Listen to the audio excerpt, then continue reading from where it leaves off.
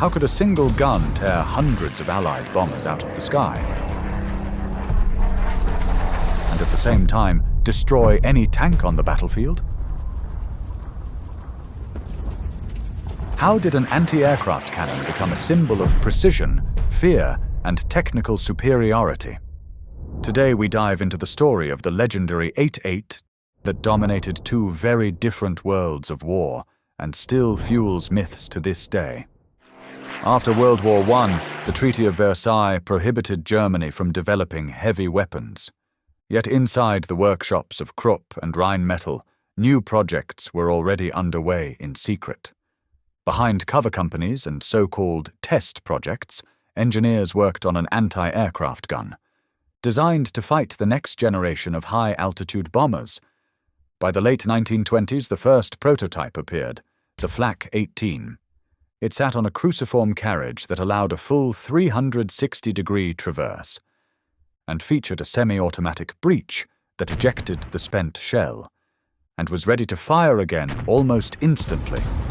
For a weapon of this caliber, it was revolutionary. The engineers operated under constant risk. Every new design had to be disguised as a civilian research project.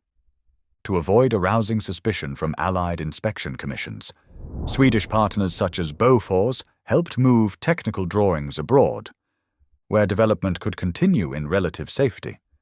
Step by step, they created a system that not only bypassed Versailles, but also laid the foundation for one of the most feared weapons in the world. Before the world even knew what was coming, the 8.8 saw its first combat. During the Spanish Civil War, German units deployed the first production guns. Originally intended for air defense, it quickly became clear this cannon could do much more.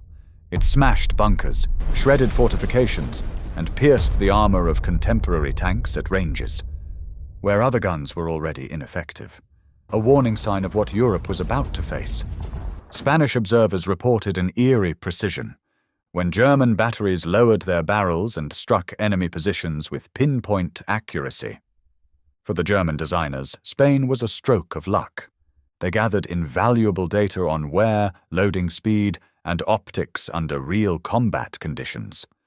Those lessons flowed directly into mass production, making the FLAK 8.8 one of the most advanced weapons Germany possessed at the start of the war. By the outbreak of World War II in 1939, Germany already fielded several thousand 8.8 guns. With a muzzle velocity of roughly 2,700 feet per second, it hurled 22-pound shells to altitudes of more than 33,000 feet. Its fire control system, mechanical analog computers linked to optical rangefinders, and later to Würzburg radar, calculated target speed, altitude, and fuse timing, and transmitted the data by cable directly to each gun in a battery. Well-trained crews aligned their barrels in perfect unison, and fired salvos that burst in mid-air into lethal clouds of shrapnel. For Allied bomber crews, the black flak bursts were a chilling sign that every second could be their last. The effect was devastating.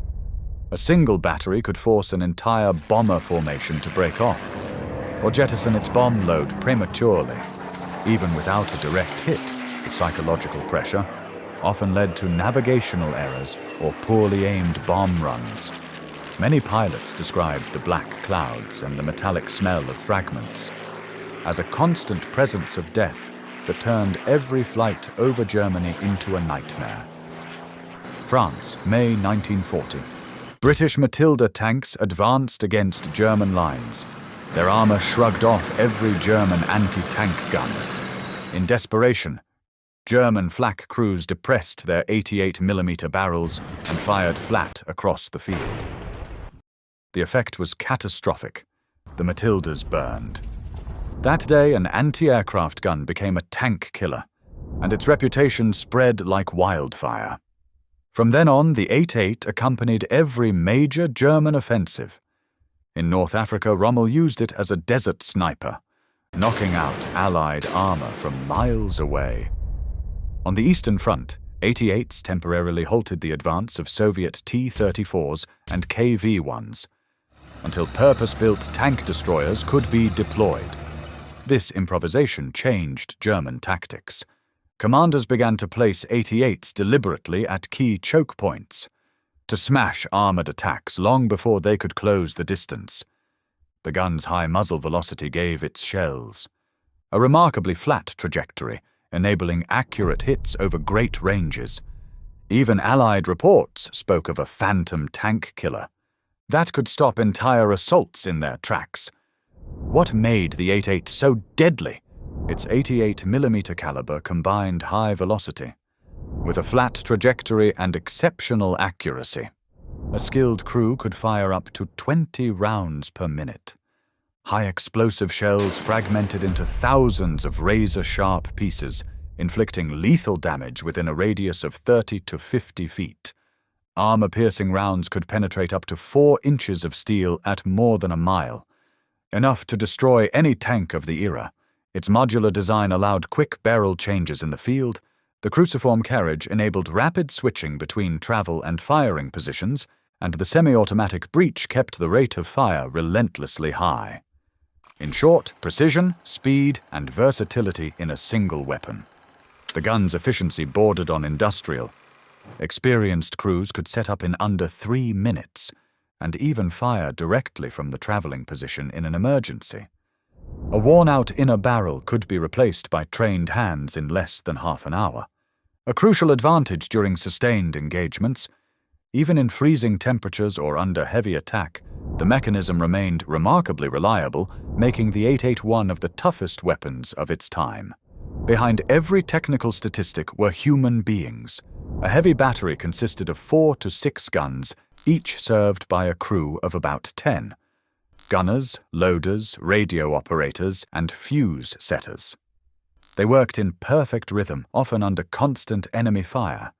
The hiss of cooling barrels in water baths, the smell of oil and powder, the scream of their own shells, all were part of daily life. As the war dragged on, the crews grew younger and younger. Alongside veteran soldiers stood wounded returnees, older reservists, and teenage FLAK helpers. Women filled positions in communications and radar control.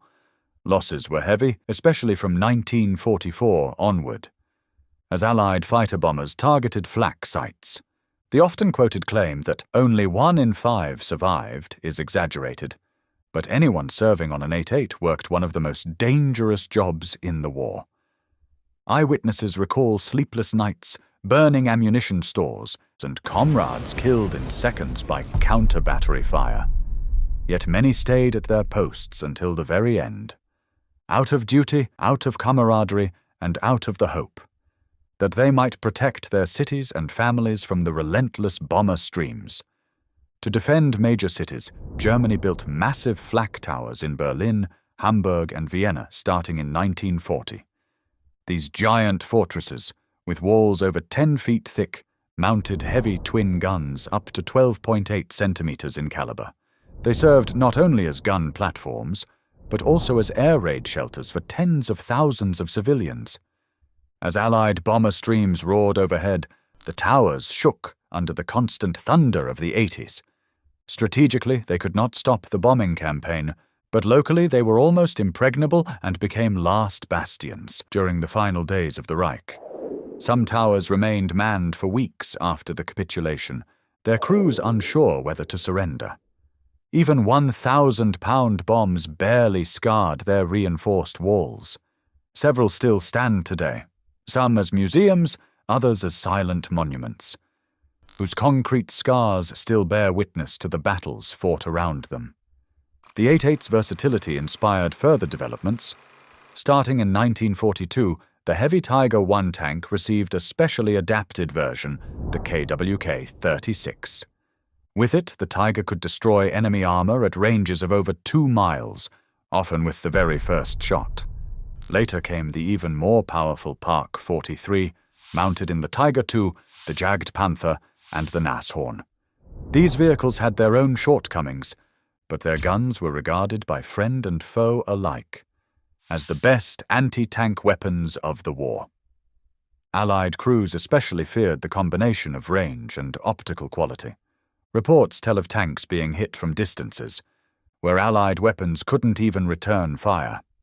The 88 gave the Tiger its reputation as a one-shot killer, a legend that still echoes in films and video games today. The 8.8-centimeter FLAK was neither the largest nor the most modern gun of World War II. Yet it combined qualities that made it unique: high rate of fire, long range, superb optics, and the ability to engage almost any target, ground or air. It forced bombers to abort missions, stopped armored attacks, and influenced post-war artillery development for decades. Its story embodies the ambivalence of technical mastery, a weapon that inspires admiration for engineering, and at the same time stands for death and destruction. After the war, both Western and Soviet engineers studied captured systems in detail. Many design principles, from the carriage to the fire control equipment, found their way into the next generation of anti-aircraft guns. The technology of the 88 lives on in many modern weapons, even if its name survives only in history books. In 1945, the guns fell silent. FLAK towers stood smoking in the ruins, their barrels cold, their cities in rubble. But the name 88, whispered, feared, legendary, still echoes today. And that is what makes it unforgettable.